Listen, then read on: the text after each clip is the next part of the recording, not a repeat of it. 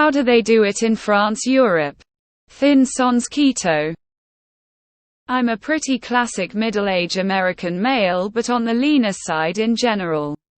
Except I developed an unsightly paunch pot belly.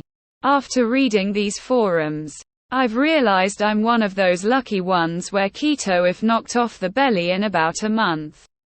It was almost incredible. I realize a lot of it was water. But I was happy nevertheless. That said, let's face it, it's not exactly easy. I had to go through some serious episodes of fatigue and social eating was disordered. In fact, eating in general was more of a to-do. I imagine this gets a lot easier with time. I have to admit some of the posts bucking the medical trends re cholesterol also give me pause. But I respect the detailed insights and analyses everyone puts into this diet. Which to me, seems to have an intrinsic logic to it. That said, I recently returned from a trip to France. And have to admit, I was jealous. Very jealous. Most of the men were lean and healthy looking and active, and they ate a wider variety of foods than I did, with apparent aplomb, pleasure, and savor, as they'd say. I suspect this has been done elsewhere. But if I'm American, is it basically the blasts of food marketing? Social eating, speed eating, processed foods everywhere, mantras of finishing every morsel, and quantity over quality that must have to do some sort of special diet to be in shape. Or is there something else I'm missing? Sorry for the ramble, just a random thought. Good comments here in the European diet. But also keep in mind that European cities are less car-centered. The average European walks more than twice as far as Americans. People tend to live closer to their workplace and walk to work or shopping dining. At least more than average Americans. The United States was largely built out, settled in a more modern age when trains, buses, automobiles allowed things to be spread out, to the detriment of our health. We're used to much smaller portions. We don't have HFCS in everything. We don't eat out every day, and we don't drive everywhere. That being said, being overweight is quickly becoming the norm. Especially as you enter the workforce and become sedentary. One day in your 30s you wake up fat and wonder what happened. For me it was when I was 27 and the scale read 80 kilograms. I realized I either lose 15 kilograms now, or weigh 100 kilograms next year. Europe's obesity rates have been climbing. The entire developed world is getting fatter and more unhealthy. The Swiss are some of the thinnest people in Europe, yet eat more chocolate and cheese per head than most other nationalities. The difference is far less snacking between meals, and insane amounts of exercise. They walk or cycle everywhere in the city daily, and weekends are for hiking, skiing, cycling or swimming. While diet is certainly a part of the equation, I've been good friends with enough French women to also see that fatphobia and restriction are part of it too. They are definitely highly conscious of not getting fat, and their definition of fat is much smaller than an American's, and often smoke or have some disordered eating habits to maintain that. But it is also true that they have better ingredients and a different cultural attitude toward food. I am in France now with my in-laws who are French.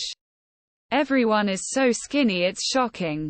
But they all restrict portion sizes. They eat 2-3 times a day and smoke like chimneys.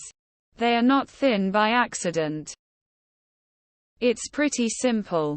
People who aren't insulin resistant can eat a wider variety of foods and stay healthy because their metabolism is working the way it should work. The French are simply behind us in getting fat and metabolically sick. Only about 9 of their population is pre-diabetic and few have type 2. In the US, it's 38 for prediabetes and around 12 for type 2. To generalize, they eat a lot more real food and a lot less crap. Especially the high-carb, high-sugar, high-oil stuff that we eat in the US. And therefore they have less insulin resistance. There's been a lot written about this. I've found traveling in France, Italy, Spain and Greece that almost all restaurant food seems to be made on site. At time of order. From fresh ingredients and really minimal ingredients. Better public transport and more walking almost certainly play a large part too. I read public transport users typically get enough exercise walking to bus stop train stations to meet weekly activity targets. Let's not forget to include skinny Thai people who eat rice all damn day. IDK about France, but Italians only seem to eat dinner. Us Brits are not included in the skinny Europeans. We're just as fat as y'all now. Basically all the comments here are saying reduce calories by reducing portion size. And eat healthier, better quality food. So why do we need keto? In France they eat good but they don't clear their plates. They eat until they aren't hungry and then have some cigarettes. Smoking. Around a third of French adults still smoke. Rates vary across Europe, but it's got to be a factor. My husband is from a different European country. All of the posts about portions and quality are true. But I'd add that he has a very different relationship to gratification than the average American. He will say that he is hungry, but do absolutely nothing about it until 3 hours later. Their food isn't nearly as poisoned, nor do they eat the portion sizes we do here. There are thousands of hypotheses on the French paradox, and why it has worked for such cultures. My guess that there is not one reason, but some combination of culture, social habits, and food quality quantity. Maybe genetics in some cases. French people famously eat a lot of carbs. But they eat very small portions and a lot of meals are really just meat and vegetables. Plus they all smoke, which really suppresses the appetite. I lost weight without trying and felt I still ate a good amount when I went to Scotland, as in I was never hungry. Portions are more reasonable. My upbringing made me feel guilty or bad if I didn't clean my plate in one sitting. So the huge portions in the US make that excessive. The fridge was smaller in Scotland. So I had to think more carefully about what to buy. Shops were close enough to walk to. Or walk to the bus stop. I did much more walking there. Food was more filling because it was quality. And it was significantly cheaper than similar foods in the US. Good friend of mine married a French woman. Her family and friends visited through the years and I agree. I never saw an overweight French person. They all commented on the size of everything in America food-wise. Meals were huge. Drinks were huge. Etc. etc. I think between the processed foods being so prevalent and the giant portions it takes a toll. In Europe people are a lot outside. Of an evening it is more a wander around the place. As opposed to snacks and Netflix. It doesn't hurt that they have socialized healthcare. I used to live near my sister but I still had to walk a good bit across 2 huge lawns to visit her. Several times every day.